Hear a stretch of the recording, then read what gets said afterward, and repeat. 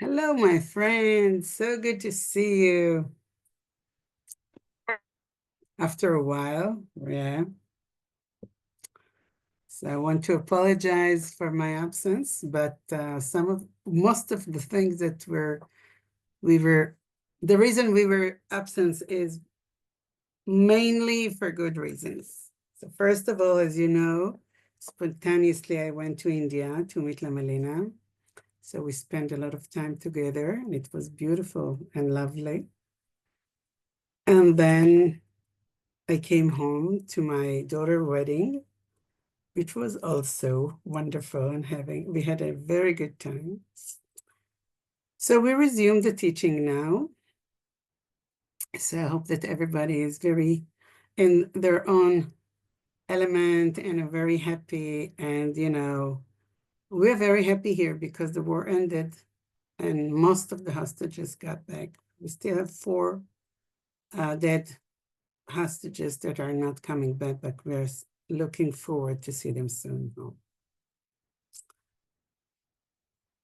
So I think we'll start. Um, Actually, when I was thinking about starting today, I don't know if you know, but today is Lababdechin. Lababdechin actually is a very holy day in the tradition of the Buddhism. It's one of the fourth, I would say, main holidays that have been celebrated in the Buddhism. And mainly what we are celebrating, it's the commemorates of Buddha's return to earth. After he was teaching Dharma in the heaven of I think they call it the heaven of the 33, and he taught not only the people or the creatures that were there, he taught also his mother that was there. So then he decided to come back, and it was a day that actually the seeds we plant grow. His plants was grown into the forest, and every small offering that was made at that day became multiplied by 100,000. So usually in this day, we're trying to do a lot of merits, a lot of gewa, because every action, every positive action, but also not positive, every positive action that we are doing are multiplied by 100 million times. So just imagine to yourself, we're going to go and do now the refuge. So it's like we're doing 100 million refuge. So I thought we'll start with the traditional refuge prayer. I'll talk a little bit later, maybe about the love of Duchen. But in this day, the recommendation is to do several practices to have the merit multiplying, okay? Like taking refuge, or reciting sutra, or if you have the tantra, so you have the reciting the sadhana, meditations, mantras, maybe prostrations, anything that is positive within the Dharma practice, okay? Again, remember, 100 million times. This is the multiplication, okay? So we'll do now the refuge prayer. We will not do it in the way that you usually do with Lama Lena's lineage prayer, because some of the students here are not familiar with this. So we'll go for the traditional. And we'll do the traditional in Tibetan, okay? So if you know, just join me. And if you don't know, so it's okay. You can just listen and think that everything that we're doing today is multiplying 100 million times. Sangye chudang tsuki chaknam la jangchu badu dakni gitsu chi daki chinso kimpe sonam ki lola penchi sangye chupasho. Sangye chudang tsuki chaknam la jangchu badu dakni gitsu chi Daki chinso kimpe sonam ki lola penchi sange tupasho. Sangye chudang tsoki chaknam la, jang chu badu dakni tyatsu chi, daki chin so ki pe so nam ki, dola penchi sangye chuka sho.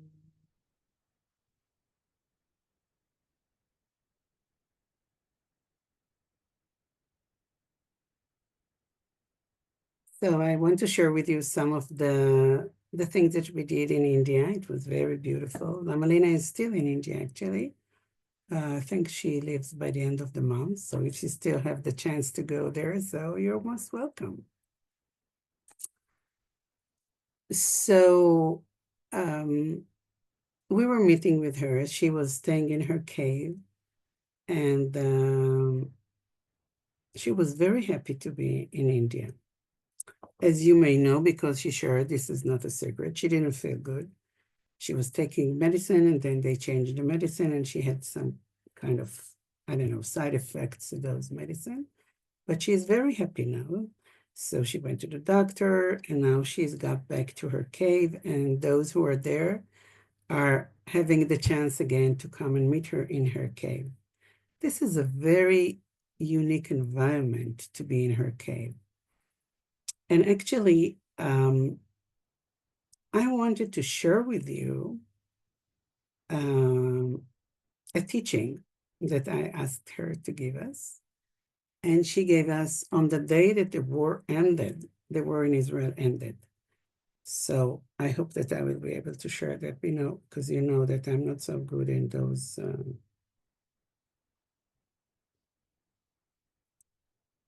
Maybe Benny will share it with you.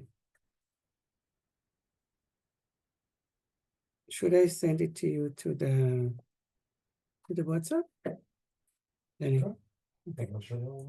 Okay, so this is spontaneous sharing.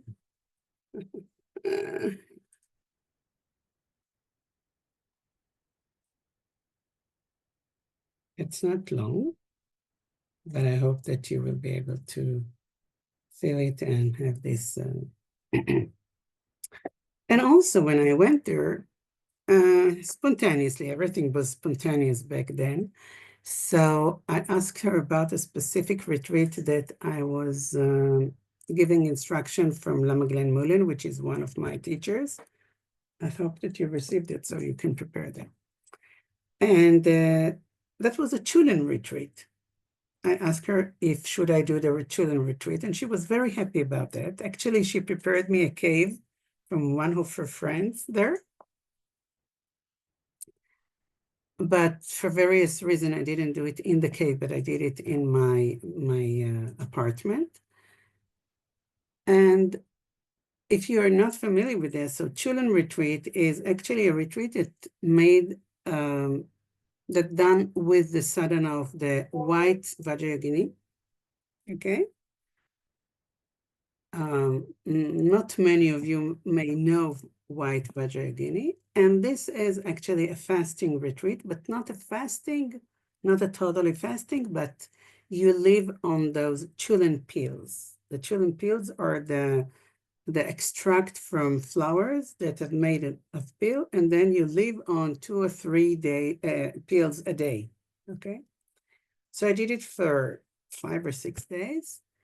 And it was amazing because the results are coming out very, very fast, okay? Especially if you have experience in retreats, which I had, for many years.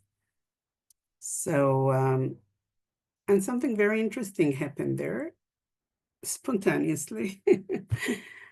I remember previous life doing this retreat, and all of a sudden there was a commentary was written by my fingers. I was not there, me as Dorit, but a commentary came out, and it came out in Hebrew, not in English. And Lamalena asked me to translate it in English. So I hope that in the next, I don't know, few weeks or months, I will be able to do that.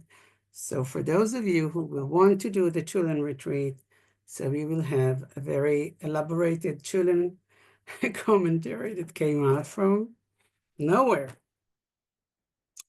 So are we ready? Okay, so we're going to share Lama Lina's teaching, it's although she was asked to give it about the Israeli war, in the end of the way, in the day, it's about every war. It's about the Syrian, the Lebanon, the Sudan, every war that there is. So I hope they're going to enjoy that. And also, this is War also is some over. kind of This war has been going. wait. This is also an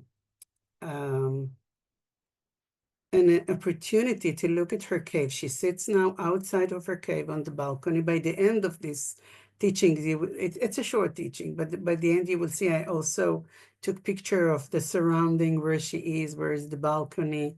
The actual cave is inside, but she is sitting right now outside, okay? So can you start from the beginning, please? Okay, so we'll start now. Guys, you think this war is over. But this war has been going on for, what, 5,000 years? It's been going on since y'all were tribes wandering in the desert. It's going to take a breather for a little while, a week, a month. But it's not over. It is maintained by tribalism. Have you really come that far since you were a tribe wandering in the desert? Looking for a god to protect you? Or are you still a tribe, wandering in a bigger desert? Hamas, the settlers, it's the same crazy. And until y'all, at the deepest level of yourselves, get over that crazy, the war will continue. We are all in this together. All sentient beings on this ball of dirt whirling through space. But as long as tribalism, my group, not that group, remains to the fore, Homo sapiens will not have peace. Truly, a bigger tribe, all intelligent human, and by human I don't mean Homo sapien. Human is defined as any species capable of communicating abstract concepts with each other by some form of language. So a lot of Nagas are considered human.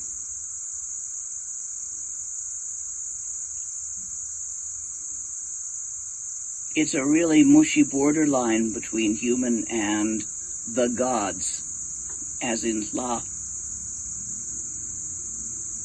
High enough tech, you end up in a higher category. But the thing is, all of these, tribalism, sectarianism, my guys, not your guys, this is the root of the problem. And everyone suffers for it. Not just you, not just the Palestinians, not just the West Bank.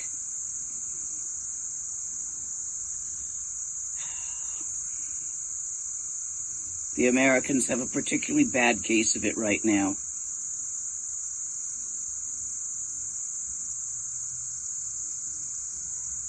And it will never lead to peace. So root it out within yourself, never mind anybody else. Find your own sectarianism and let go of it. Find your own closed-mindedness and lack of bodhicitta and let go of it. This is all you can do. And until we all do this, I do not believe that the wars, plural, they're all the same war. They're all us or them. Our survival because they want to kill us. Whichever us you think you are. Whichever them you think there is. It's the same war. Let go. Recognize humanity as your tribe.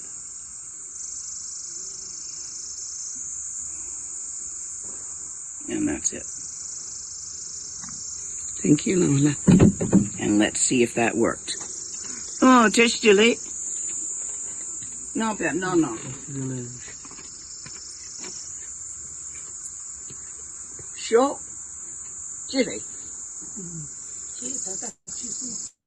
Tazu Sarsong. Sure.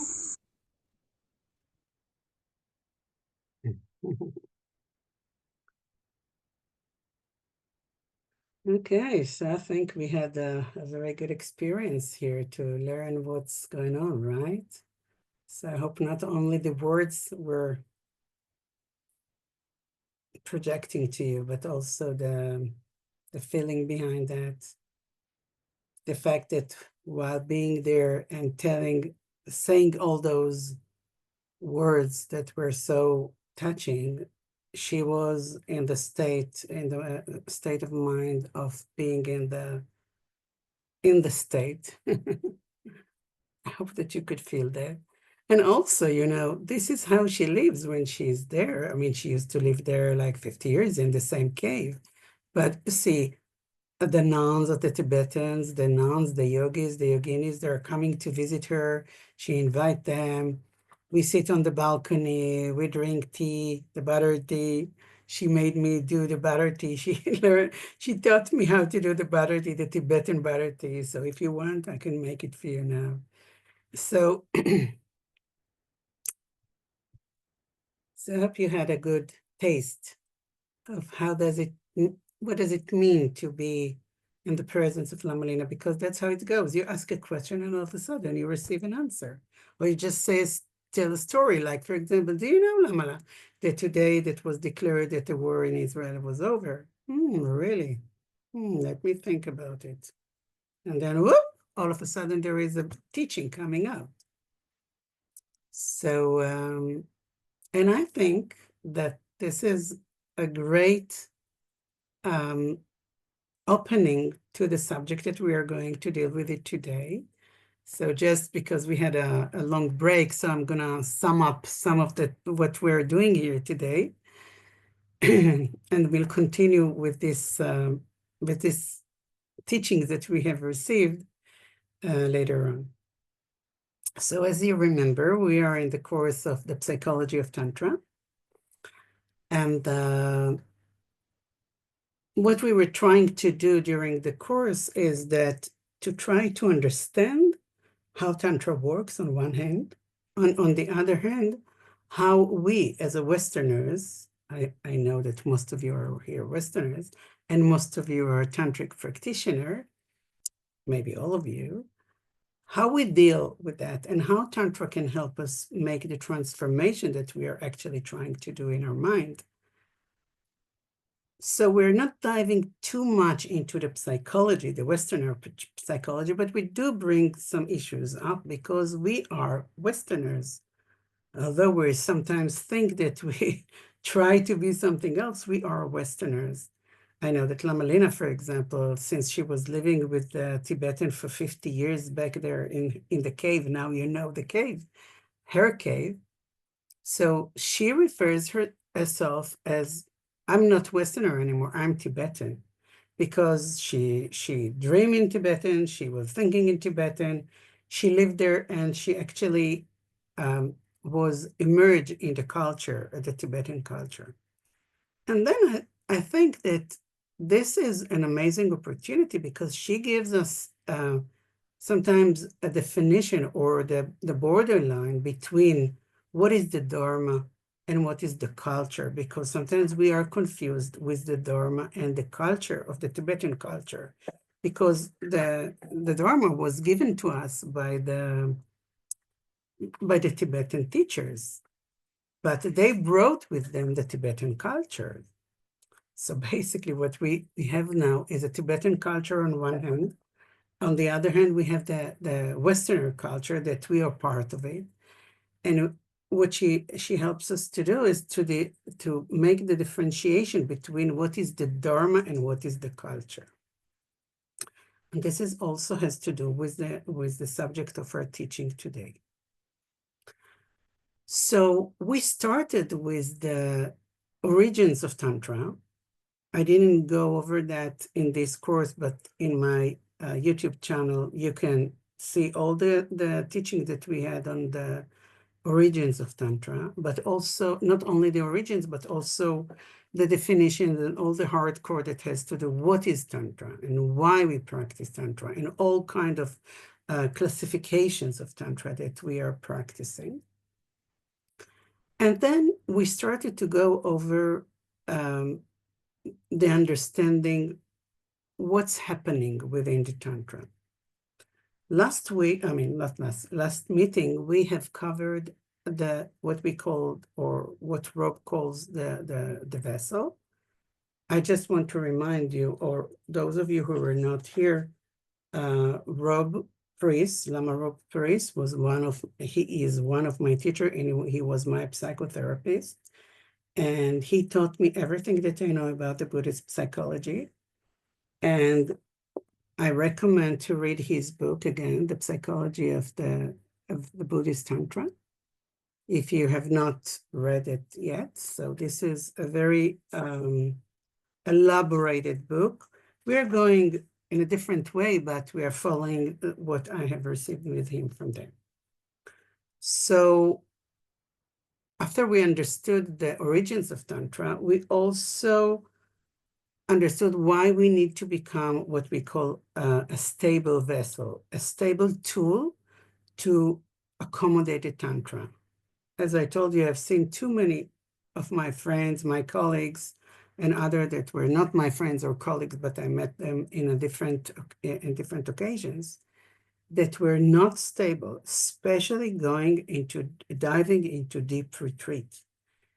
When I say deep retreat, I mean, let's say 1 month and above, okay? What we call in Tibetan, it's called lerung, which is the nearing retreat, usually done with a deity in Anuttara Yoga Tantra. Usually you count 100,000 mantras of this specific deity.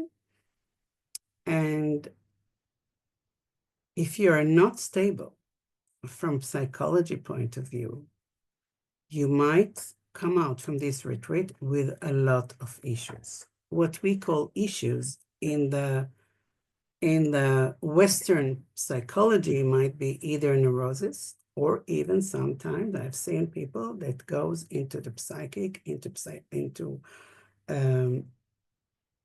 totally psychic episode, I would say.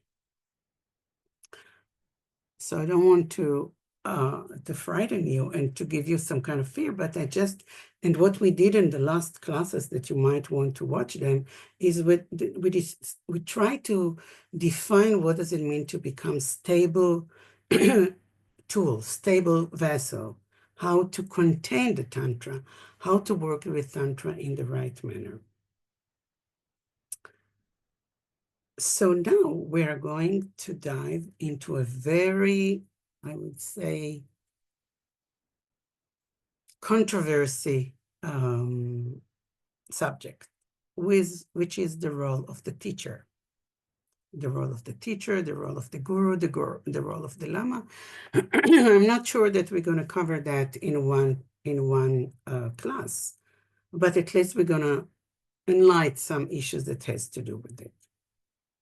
I think we had enough stories around us enough controversy stories around us that has to do with the teachers or lamas or gurus or rinpoches or tulku, whatever you have been encountered, either personally or, hear about or been told about or read about or others.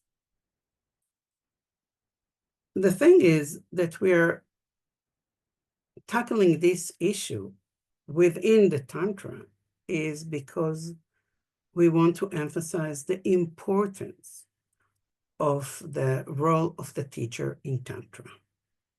This is not something that should be taken lightly. I mean, we know that a qualified teacher, when I'm saying qualified teacher, he or she needs to be qualified and being held qualified by the Buddhist community, not necessarily the Tibetan, but the Buddhist community. So a qualified teacher is essential in Tantra because he or she there serves not only as a transmitter of a knowledge, but also as embodiment of the example of the path. So when we are approaching and we are, I would say, test a qualified teacher before we dive into this teacher-student relationship, we want to find out that they have both, that they not only know how to transfer or give the initiation and do the ceremonies and everything, but also they are embodied the example of the past there, like you want to walk the talk. You want to find out if they walk the talk. So we also know that the teacher connects the student to an unbroken lineage. So you also want to find out what are the lineage that this teacher is bringing forward, okay, to you. Because he or she going to transmit the experiential wisdom, but it's not their wisdom. This wisdom comes out from an unbroken lineage. So, for example, is this initiation for this specific deity is unbroken lineage? And what is the blessing beyond the intellectual teachings? What they bring to the table with regard to how they experiment this teaching, how they felt the blessing beyond the intellectual or academic teachings, okay? And there is something very important in this, which is the ethical integrity. We want to find out if an ethical integrity is being in place in order. Is there a moral grounding? Is there some kind of relational clarity? Because those are critical foundations in the teacher-student relationship. And we want to see that we really have those in place. We had too many stories about teachers that the moral grounding was not in place. So how do you find out? Maybe you come to initiation, you receive the initiation, and then you find out that the moral grounding is not in place. So the advice that the teachers are giving us is that we as students must exercise some kind of judgment when we choose our teachers. We want to assess their maturity, we want to assess their ethical conduct, we want to assess the depth of their understanding of what they teach. I mean, it's not just reading from the book, okay? Do they have the experience that they are talking about? Because within this relationship of student-teacher, we have some kind of a power dynamics that is basically inherent in this relationship within the tradition, okay? And that must be held within the teacher. I would like to see some kind of humility and ethical awareness and transparency. And I think that I found in many sanghas, I found those in place. And in some places, I found only some of them in place. So you would like to find, to develop an awareness, internal awareness to those ethical awareness and transparency, and to find out if there is a humility and what's going on in this sangha, because it's not only the teacher, it's also the sangha that surrounded the teacher. So this is from, I would say, the traditional point of view. If we go for a minute to the Westerner psychology, we know that teachers are actually acting as a mirror and reflecting the students' qualities and helping the student to confront the obstacles and also to see blind spots.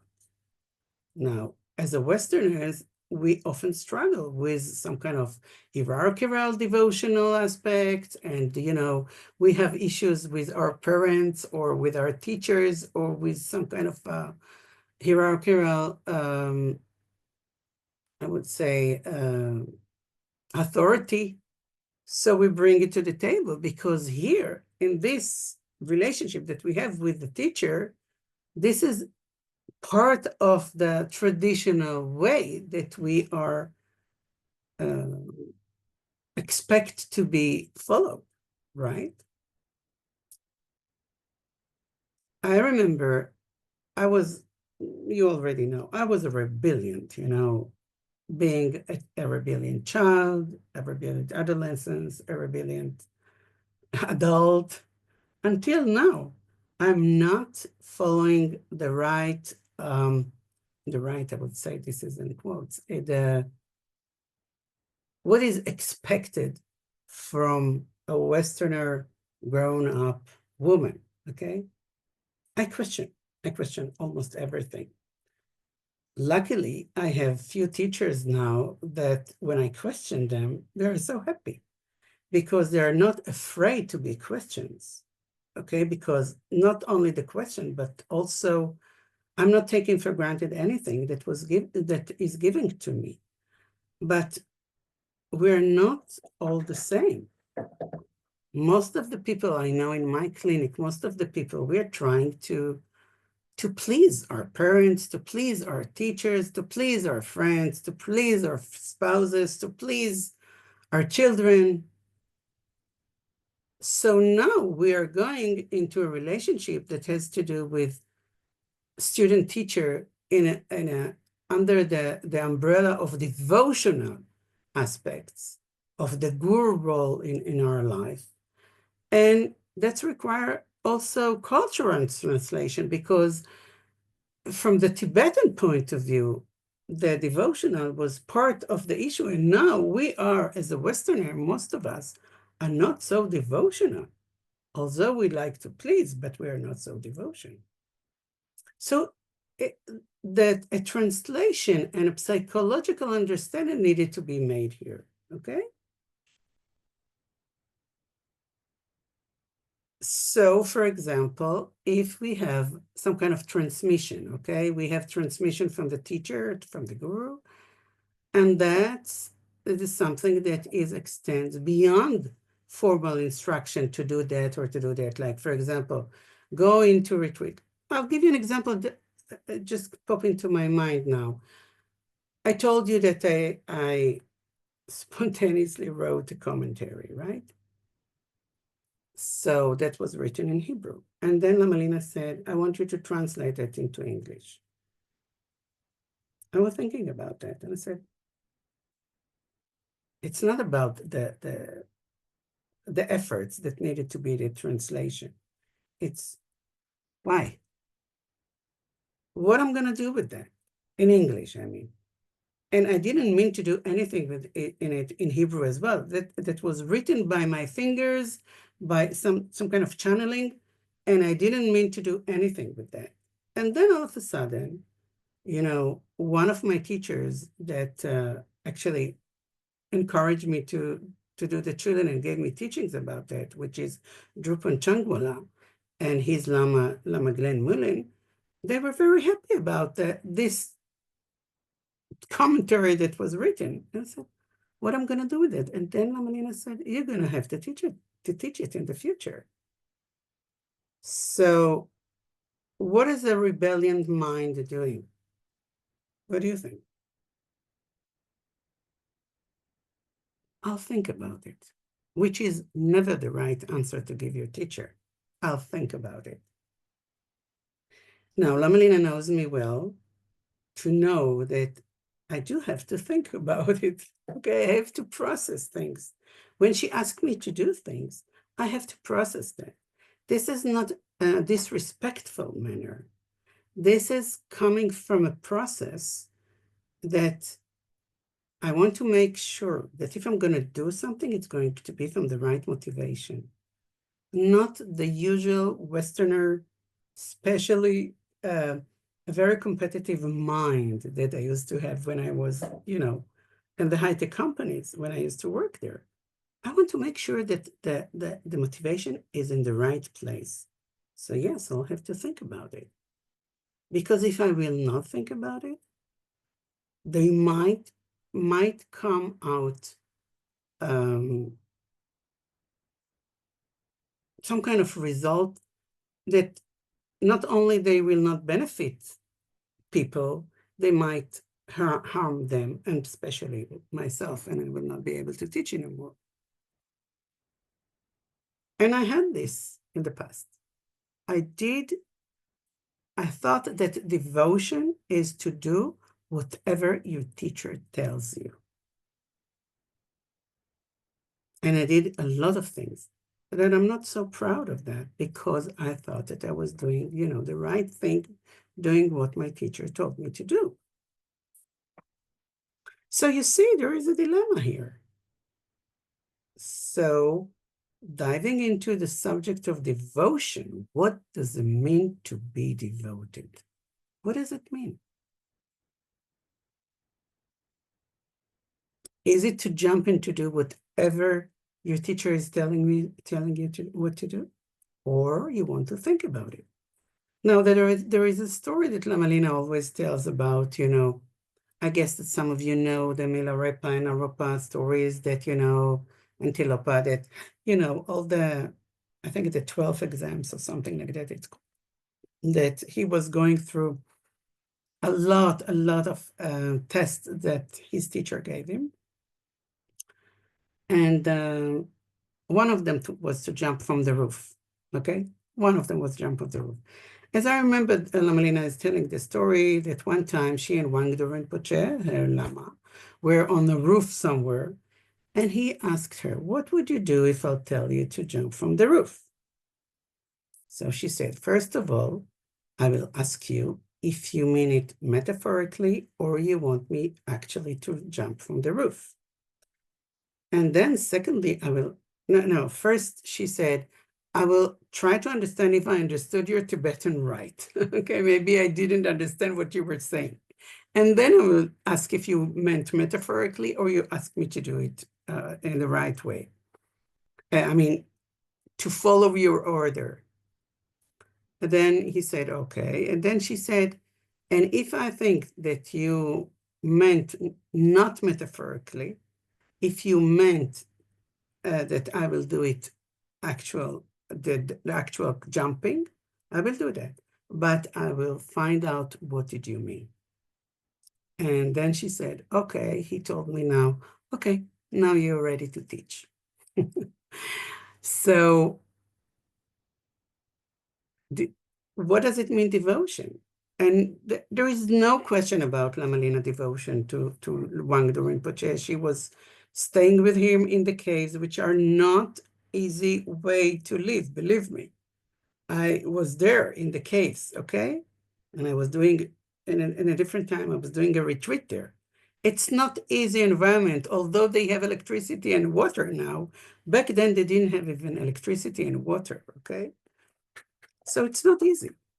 What brings a young lady like Lamalina, when she was, I think she was 20 or 21 when she came to Wangdo Rinpoche, to live in the cave, not knowing even one word in Tibetan, living there and being part of the community and step by step following Wangdo Rinpoche, translating for him, following around the world, and do that. I mean, a devotion. But then when he asked her to jump from the roof, there is a question mark there. So when she said that, was that she did, at that moment, she didn't have a devotion, or on the contrary? Maybe her devotion came into the higher place where she needs to know, what do you mean by that? And I searched for that, and I found out a quote from His Holiness the Dalai Lama that I read back then, and I had it now, and I want to give you this quote. Just a second. No, yeah. So the Dalai Lama wrote a book. The name of the book is The Path to Enlightenment. That's the name of the book. And he's writing in this book. The problem with the practice of seeing everything the guru does, I will add, and says, as perfect, is that it very easily turns to poison for both the guru and the disciple. Listen, this is the Dalai Lama saying about something which is very important with the relationship between students and guru, right? So he suggests, therefore, whenever I teach, he's telling about himself, whenever I teach this practice, the practice of Guru Yoga, I always advocate that the tradition of every action seen as perfect is not to be stressed. Should the Guru manifest undharmic qualities or give teaching contradicting the Dharma, the instructions on seeing the spiritual master as perfect must give way to reason and Dharma wisdom. I'm quoting him again. I could think of to myself, they all see me. He's talking about himself. I can think to myself, they all see me as a Buddha, and therefore will accept anything I tell them. And then he said something which is already very famous quote from him. Too much faith and inputted purity of perception can quite easily turn things rotten. Sadly, unquestioning devotion toward teacher has indeed sometimes turned things rotten, and you already know that. So this is the end of the quote from His Holiness. If you want, there is much more than that. And I think that I will also send you, there was an article in 2014 that Lamarova priest wrote, I think in Shambhala. I don't know. I think it was in Shambhala. I'm not sure. About the relationship between the student and the teacher. And the reason why I'm giving this, and I'm not giving, I would say, traditional Guru Yoga speech now about how the Guru is perfect and how the Guru is pure and how the Guru is, you need to, pure devotion is that you need to do everything about it. It's because, being in the Dharma for more than 20 years now, I can see, I saw so many sad stories that has to do with it. Now, I see my teachers as perfect, but I do question. And I question not them, I question myself. Because if I see something that is, not moral in their environment, I know, when I know karma, so I know that this is a projection from my previous karma. As I told you, I know how to work with karma, but still, I need to question that. This is not something to be taken too light, because so many people got really hurt by that. By amazing teachers, by the way. You know, Trungpa Rinpoche is one of the most famous stories, but also what happened with Sogyal Rinpoche, you know, and he sadly died very quickly after that, after the whole scandal that was around there. What would happen if I was part of the student and I will try to find out what to do? And then it's not, you remember the first vow, the first tantric vow, you're not criticizing your teacher. You do take the I statement, my projection. I think that this is not the right teacher for me. I think it's not something wrong with the teacher. I think that this is something that I need to take away. And like the Dalai Lama in the same book, what he is suggesting is when that's happened, move on. Move on and find another teacher. I have a good friend that for various reasons, she had, I would say, she had a bad experience with one of her teachers. And also with the Sangha, okay? She had some kind of bad experience there. So she disappeared from everywhere. She wasn't in the Dharma anymore. And she disconnected herself from the Sangha, from friends, from the Dharma, from everything. I think 6 months ago, I met her and I gave her a ride back home. We were in some place, I met her, and then I gave her a ride back home. And it was for 2 or 3 hours we were discussing the fact that actually she had a trauma and a post-trauma. She connected the trauma and the post-trauma to the Dharma.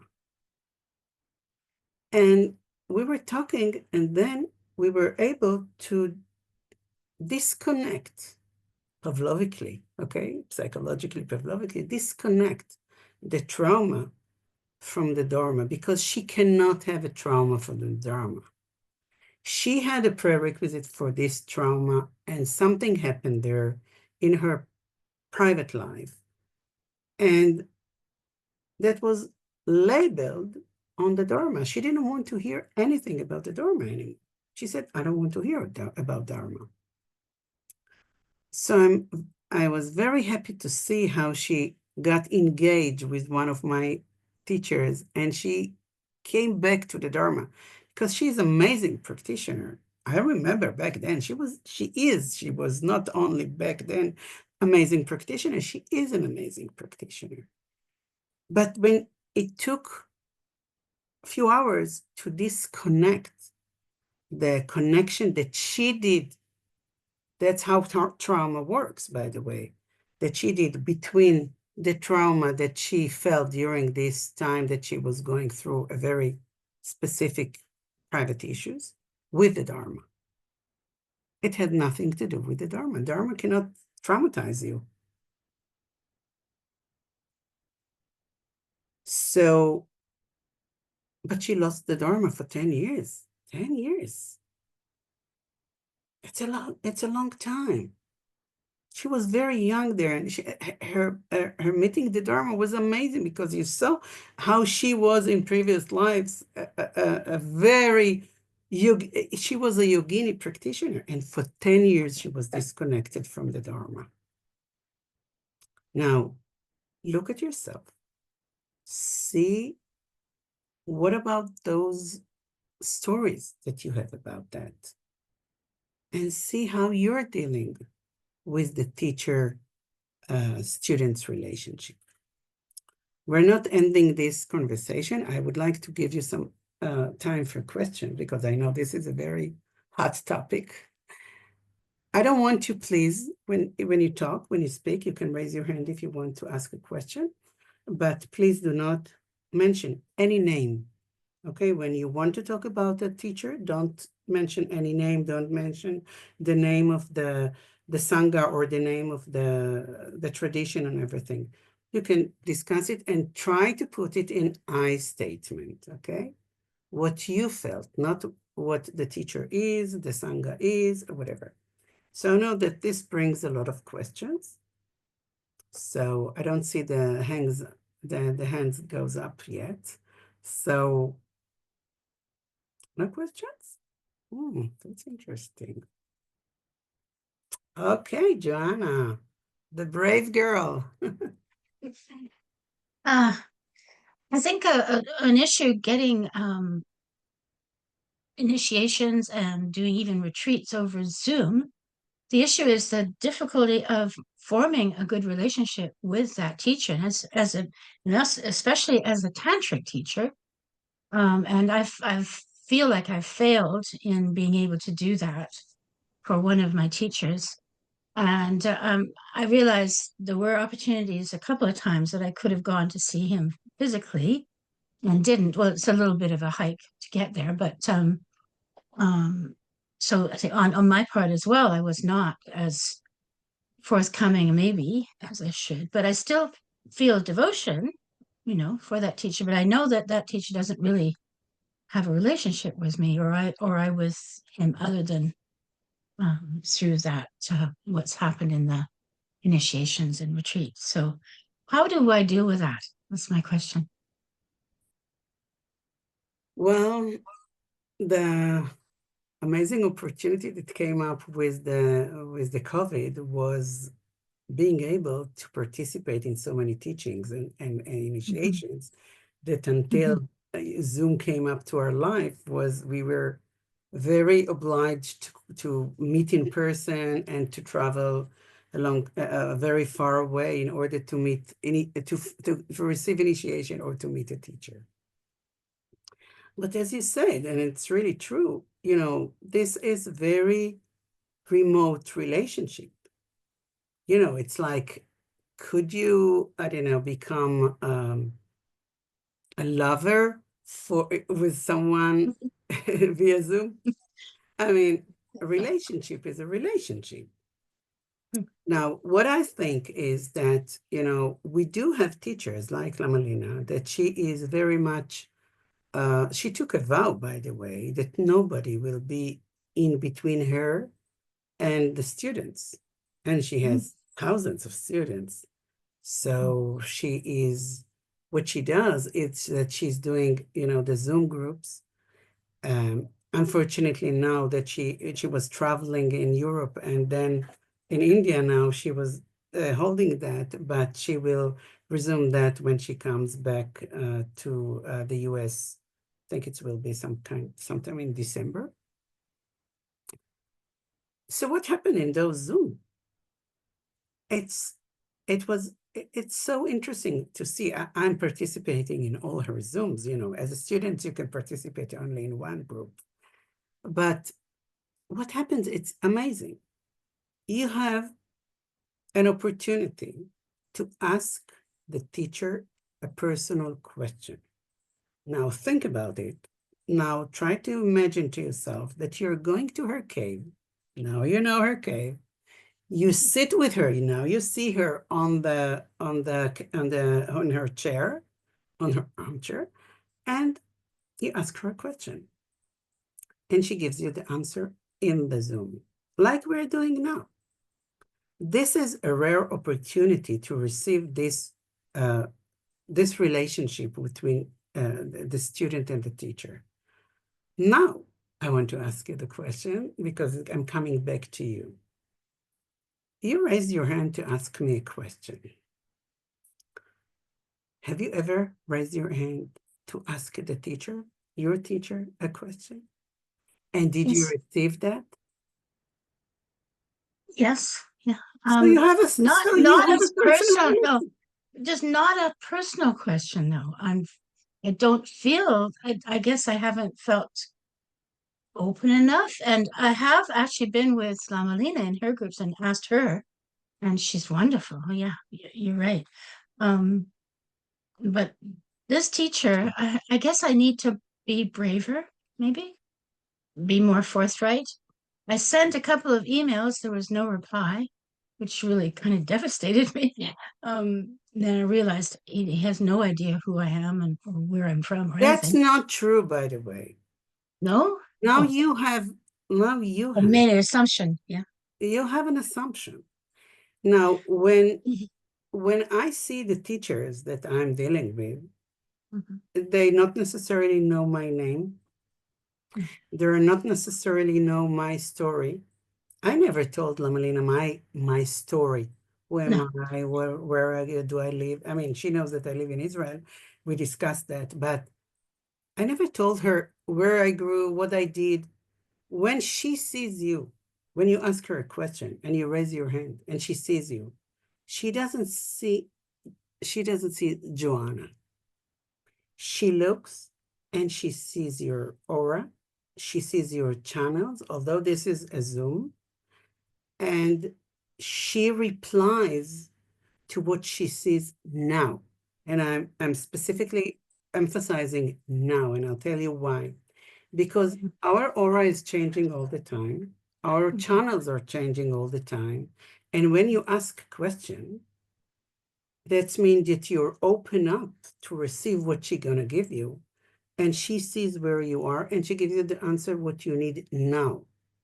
Now you might ask her, I don't know, within a year or maybe, I don't know, 6 months, the same question. Then she sees something else, she gives you the different answer. It's Mhm. not because she doesn't have a relationship with you. What we think a relationship has nothing to do with a relationship that has to do with teacher students. Oh. This is not, we're not friends. This is not, some kind of a friend that you meet and then you're going to see them and then you'll tell them about yourself and they will, give you advice. A genuine teacher, a qualified teacher sees something totally different. Mhm. And he or she gives you the answer, not necessarily something you want. I remember at the first few years that I was on the Zooms with Lamalina, it was so funny, Somebody asked her a question, and all of a sudden she started to give some kind of answer. Answer is a teaching, by the way. Like I showed you a teaching, 5-minute teaching here up in the caves. It wasn't a formal teaching, but it was the most important teaching that I needed to receive back then in that moment. Okay. And I remember that she's saying something and I don't understand what she's saying. Now, it's not because I don't understand the English. It's not because I don't understand Dharma, but I don't understand what she's saying. And then she's asking the person that was asking the question, did you receive your answer? And they were, oh yeah, I received my answer. That's exactly what I needed. I didn't understand a word from what she was saying Mhm. because she was communicating with those people in the language and in the manner that they needed. It has nothing to do with formal academic teaching. She gave those people exactly what they needed. And I also saw people that she was, that they were asking her a question. And then something very interesting happened. All of a sudden, she said, I remember one occasion specifically, she was saying, okay, so, no, I'm not going to give you an answer. You're not one of my students. You're not one of my students. And this person was, he got devastated. And I never saw him afterwards. Mhm. I think I told you what was my first encounter with Lamalina. I think I told you, but if I didn't, so I will. So personally, I'm not talking about watching her videos or reading, some materials. I came to one of her Zooms. Now, I came from the Gaelic tradition, very, very Orthodox tradition, right? So it was after I completed my 3 months retreat that I did accumulated over 10 years. But I said, okay, I'm coming to a new teacher. What should I do? So I went to the Nyundro group. I guess you all know. The Nyundru group is the preparation for Tantra, okay? So I came to this group. It was a Zoom group. I don't remember exactly how many people were there, but let's say 12, 13, something like that, okay? Few, not many. I didn't say a word. My name was not Lupin Dorit, but it says Dorit, okay? And she's talking with that, and she's saying that, and then all of a sudden she looks like that. Do you remember how she does it? She said, Dorit? Now listen, it was back then. She doesn't do it anymore, but it was like, what the fuck are you doing in my ninja group? Get out!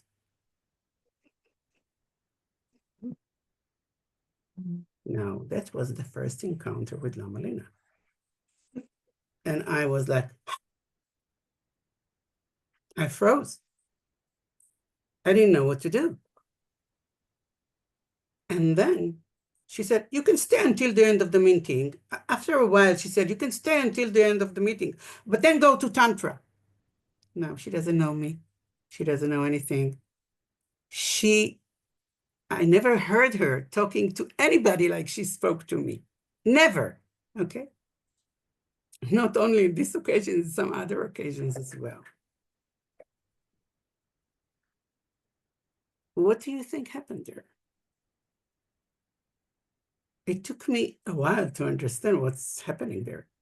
She saw something. I know afterward we didn't discuss this occasion because she doesn't remember that what's happening, but it's recorded, okay?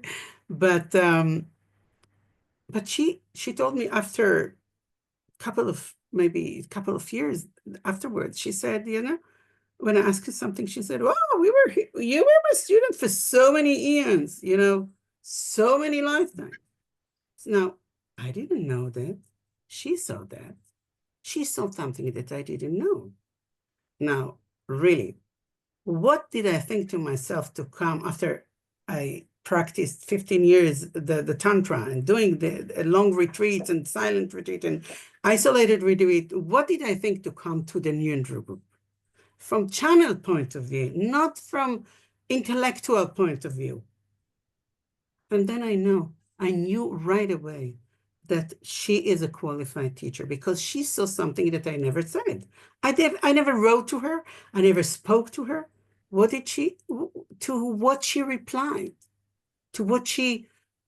Why did she communicate that? She saw something that, you know, for her was obvious. And the reason I'm telling you that, it's not because, you know, I never heard her talking to this way to any other person, okay? But basically, I know that what she meant is that we have a relationship for so many lifetimes. I mean, afterwards, I didn't realize that at that moment I was shocked, okay? We have so many, we have relationship for so many lifetimes. You're in a different place. Why are you messing with us? Why are you wasting my time? It's like when Doreen Puchet told her to jump from the roof.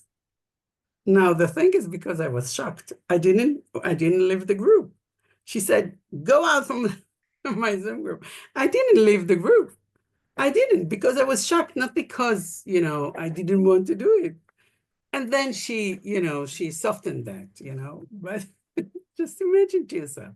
Now, do you think that that moment I thought that I have a relationship with the teacher? But that was the most genuine and intimate relationship with a teacher.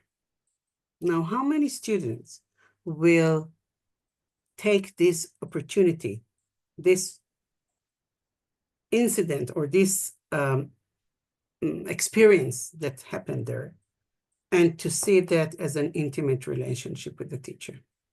What a difference between jump from the roof.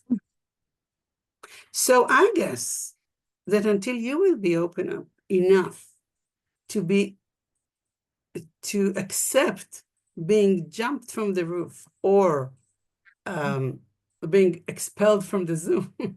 I hope that nobody will do that to you, but but if that will be, you will be open up to that. You will ask questions that you don't need to, although I didn't ask anything, I didn't say a word, but but you will not be covered or will not be shielded by a protection shield. And when you will not be shielded by a protection shield, that's where the penetration comes in. And then you'll know that you have a personal relationship with the teacher. Because it doesn't come with petting on the head. Now, I also think this maybe because this teacher is a male, there might be an issue with that, not trusting male. So I don't know if that's true or not. That's probably something I need to work on.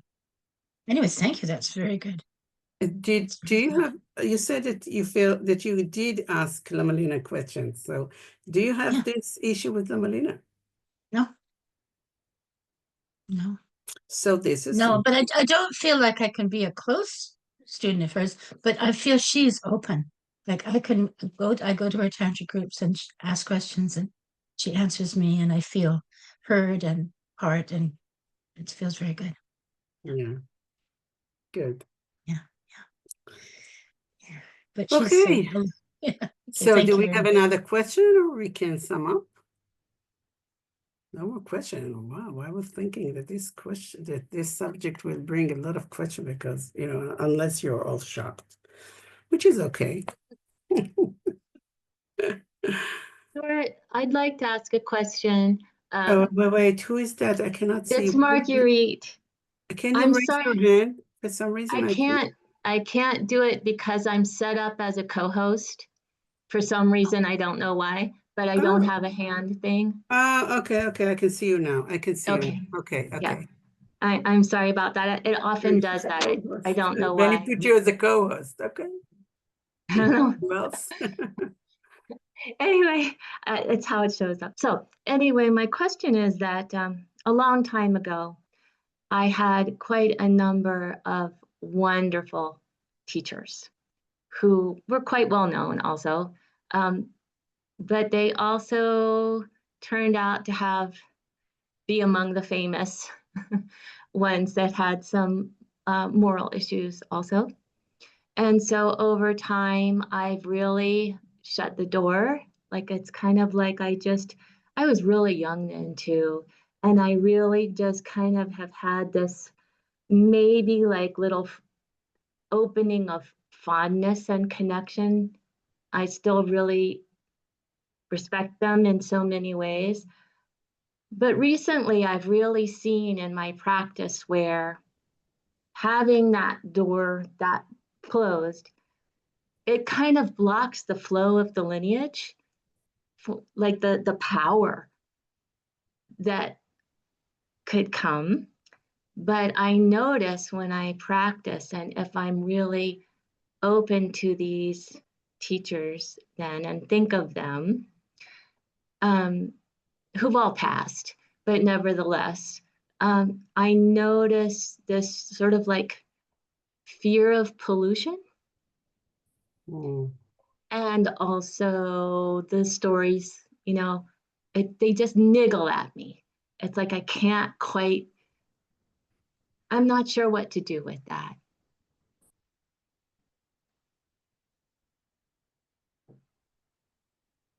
You practice what they taught you. I'm not sure what you mean by that. I mean, you have received from them teachings and initiation, I guess, right? So I'm asking if you're practicing what they gave you, what they taught you, what they initiated you, or you're practicing something else. One practice that I do Medicine Buddha, which I received from one of those teachers. Otherwise, it's more the Dharmic teachings. That's not, currently my current practices don't include other ones that I got from them, but I would like to, for example, Kala Chakra. I would like to do that practice, but then I'm like, oh, there's this sort of weirdness that comes up thinking about. So as I told you before this, I gave you the example with my friends. So what happens, it's what you're describing now is that you have a Pavlovic connection in your mind between the, let's say, the Kala chakra, for example, as a practice, and this teacher. And for some reason, there is something that is not clean enough with this teacher that prevents you from practicing the Kala chakra because Yeah, I of started thinking about the connection. teacher who I Yes. also comes to me very clearly, just so vividly. Okay. It's like the veils are gone and it's so vivid. And So, yeah, so I'll give you a few examples for that, okay? mm, I had an issue in the past with one of my teachers, and I have decided to move on for various reasons, which is, it doesn't matter, okay? But the practice that I received from this teacher was very much connected. That's why I could identify that with you in a minute. That was very much connected to this teacher. So I couldn't practice this practice. And that was my favorite practice.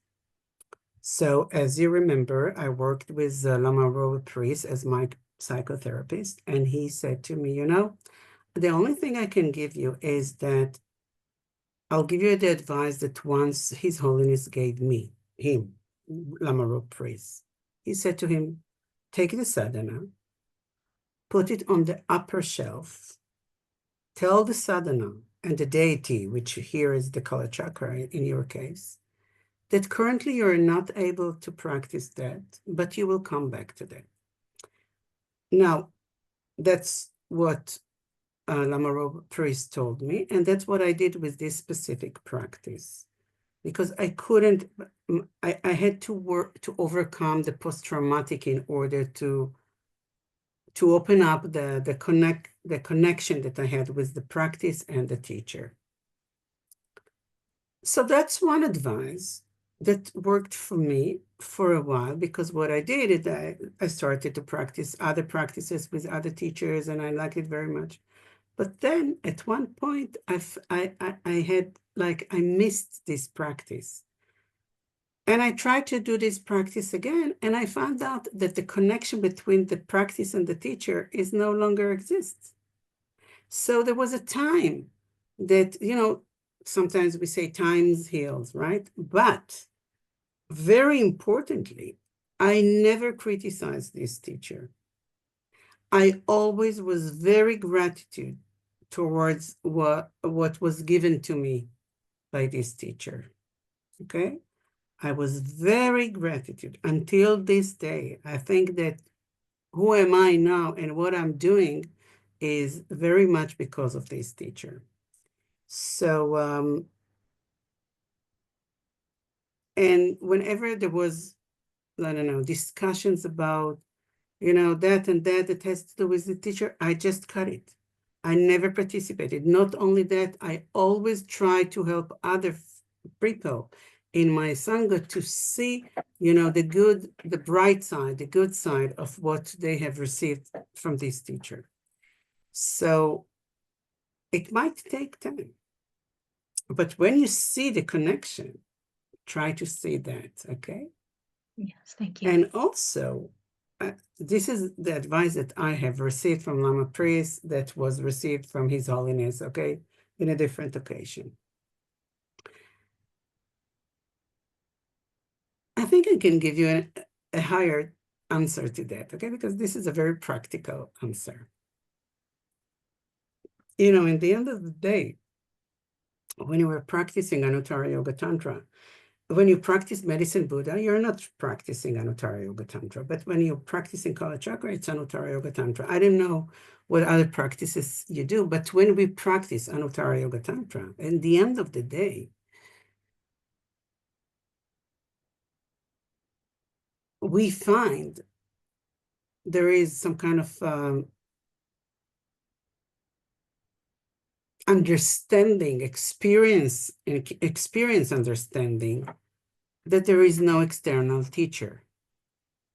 You are the Lama. There is no other Lama. So when I'm blaming, criticizing, whatever I'm doing there, out there, it's has nothing to do with the practice, because the practice is within us. We're revealing the inner Lama.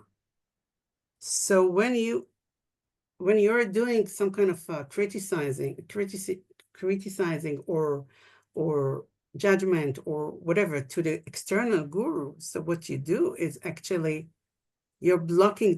It has nothing to do with them. You're blocking yourself from revealing the internal guru. Okay. I see that. I do. So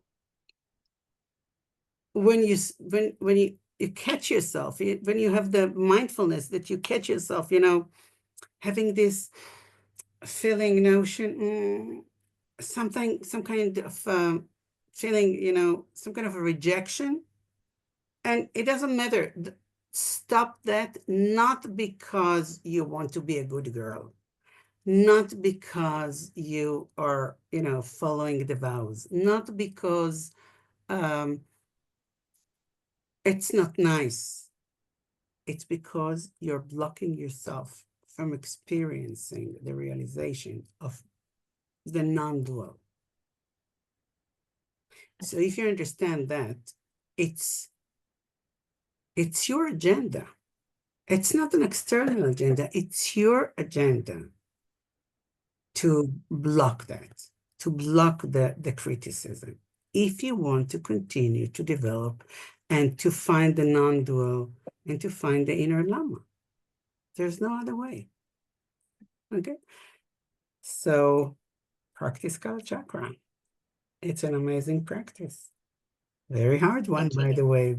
Very hard. Yeah. And you do have to have a very good teacher to take you by hand through this path of Kala Chakra. You cannot reveal it by yourself. This is one of the, it's like hiking, I don't know, to the top mount of the Everest and said, oh, I can do it by myself. Not that. Okay. Thank you. Okay. Thank you. Yeah, Tari, I can see that you're raised your hand. We'll have one more question. Time for one more question. Okay, I in the chat I posted a link to Lama Lena's teaching that got me unstuck. I had a problem with a very high published, universally revered teacher, which was okay. I was like, okay, he's not for me. But this other teacher who I received Vajrakalaya from practiced huge devotion to him. And so I'm like, how can he practice devotion to this asshole? And so I was really stuck on that. And this Lama, the Vajrakalaya Lama, devotion was like his main practice. I mean, he couldn't talk about his teacher without tears coming out of his eyes. I mean, it was infectious. It was the most amazing teaching, watching him, watching his devotion to his teacher. And this other, he had these two that he was devoted to. So one of them that I never met had passed. I was so touched by his devotion, and it was amazing. And then he started practicing devotion to this other one, and I'm like, how can you do that? It's like, to my perception, the other one, hated small children, drank too much, blah blah blah. But so I had this really wrong view. I was really stuck there for decades. And Lama Lena's teaching on distinguishing between the personality of the guru and their awareness, and my own personality and awareness, was really what got me unstuck. And her advice on, I'm afraid I didn't have her advice in time to not criticize the teacher, but that's okay. We all But do mistakes. yeah, the way I frame it now is like, this is my perception. This is what I saw. A lot of people think he's wonderful, and it's just our perception. And but yeah, so anyway, that teaching it's a wonderful teaching. It's Yeah, hysterical. She talks yeah, about Guru Yoga. It's in Amsterdam. yes, yes, It's the one where she talks about falling down between the futons and yes. having her skirt go over her head. It's hysterical. So It's the thank you. fun. So if you want, guys, so to just take the link from the chat. I can't recommend it enough. It's Yes. awesome. And I Um, think that Lamalina really helped us to understand, and she continuously keeps saying that again and again, is to move from the they statement, he is, she is, they are, whatever, and then, right. whatever, all those titles that we give them, asshole is one of them, or go to the I statement. Yep. And going to Exactly. the I statement is really understanding how karma works, because there is nothing outside rather than our projection from our own karma. So if I Yep. see an asshole, or if I see something else, it's a projection from my previous karma. So again, one day I will dive into the understanding of the deep understanding of how karma works, because really this is the key point. And I need to thank my teachers. One of my first teachers who gave me this understanding. This is Geshe Michael Roach, and he is an expert in karma, and he is really knows how karma works. Okay, so if you want to dive into it, so please study that. Yeah. How I karma. actually have devotion to the asshole llama now. He's a great mystery to That's a me. nice name to call him, asshole llama. Oh, Well, I love you so you much, asshole llama. you wouldn't let me use his name or identify him. No, no, So no, no, no, no, not here, asshole not in llama this group. speaks No, to. no, no. Yeah. But no, I actually he's quite a mystery to me. I don't understand it. You It's don't need to beyond me. understand. All you need to know, it's the transmission that the Dharma gives you. That's all. Exactly. And his Exactly. awareness, and that's it. Yep. Exactly. So I want to thank you. And I want to sum up, again, as I said, the teaching that we have received from Lama Lina, and we just shared with you at the beginning, is, for me, is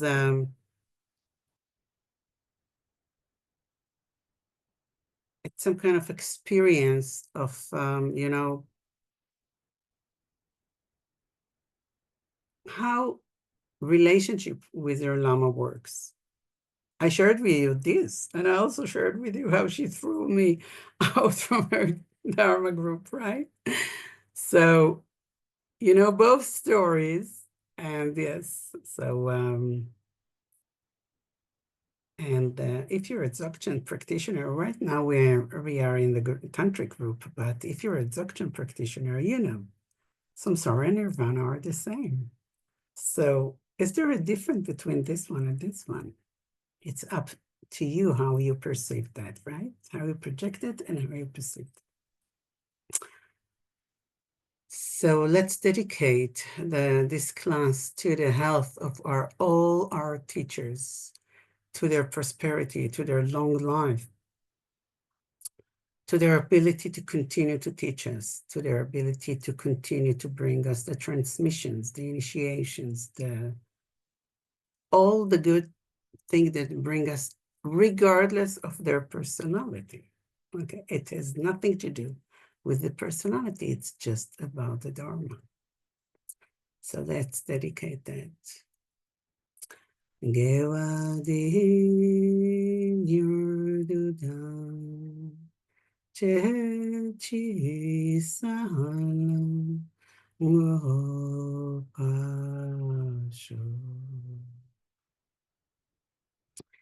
I think that by next Monday, I think next Monday, those of you who are part of the Zoom of Lama Lina's Zoom group, Tantra Lama Lina group. So she asked me, as you know, while she's traveling, to take her place in leading this group. So I'll see you, some of you, on Monday, and then I'll see you next Tuesday. And love of Dechin, very nice one. So we have very good relationship now with the guru. 100 million times, okay, Guru Yoga. We just completed that by avoiding criticizing, judgment, whatever. Bye, guys. Thank you.